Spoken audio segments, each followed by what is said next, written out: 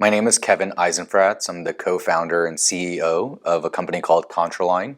We are a medical device company working in the area of male contraception, and we've created basically the first long-lasting, non-hormonal and reversible male contraceptive product and procedure based right here in Charlottesville.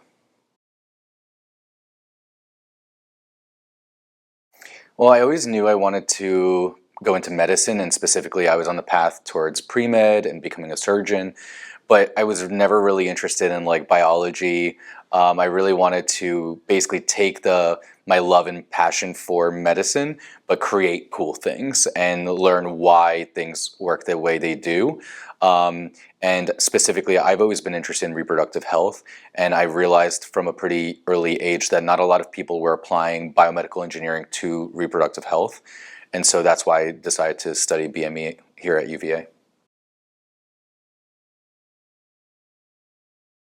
Well, I've been running this company for 9 years now, and so my role has evolved very much so over 9 years. But what I love about my job is that I basically get to invent the future. We are working on a massive global problem, something that patients, that people really, really want and desperately need. I mean, specifically for our problem, like birth control has been done a certain way for 60 years and the problem's fallen on women. And so we get to change that script. And so it's really hard being a CEO of a company. I mean, some days I'm busy fundraising, some days it's more on the R&D side or hiring people. My day-to-day changes, but the fact that we're so mission driven is what like gets me up out of bed every day.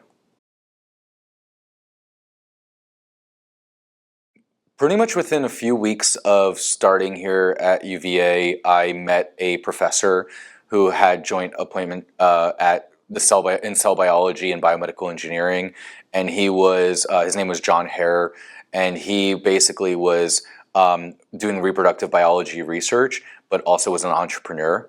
And so by getting connected with him, I started doing research, and I did 4 years of hardcore research with him.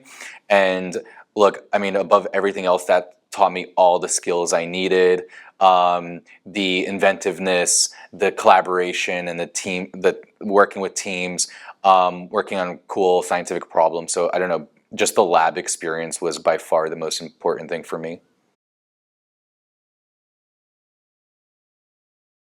I failed at MCAT twice, and I was actually like basically getting into this whole thing called entrepreneurship at the same time.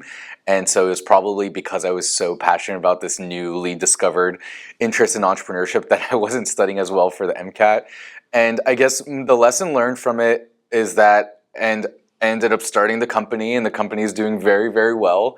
And the lesson learned is like, look, I was on the pre-med path for 8 years of my life, and that's all that the path I was on. And then life just took me in a different direction, and I went there. And I think realizing that like the key is following your passions, and it's working hard. And it doesn't really matter if you feel like you have to do or be this thing, this person when you grow up. It's like that's not as important as just working hard and listening to your heart and like what it's telling you. Look into the research opportunities with professors in labs at UVA. I think that's a great way to get started. I would say there's a much bigger and stronger biotech community in Charlottesville than there was when I was a student. Take advantage of that. Get internships over the summer, or even work a couple hours a week during the school year. Find mentors. Wow, like I would not be where I am today if I didn't have Dr. Hare as my mentor and professor that I was working with. So yeah, just the professors that work here are some of the best people in the world, just like they're the best humans, and befriend them, ask them for advice. Don't be scared to build your network that way.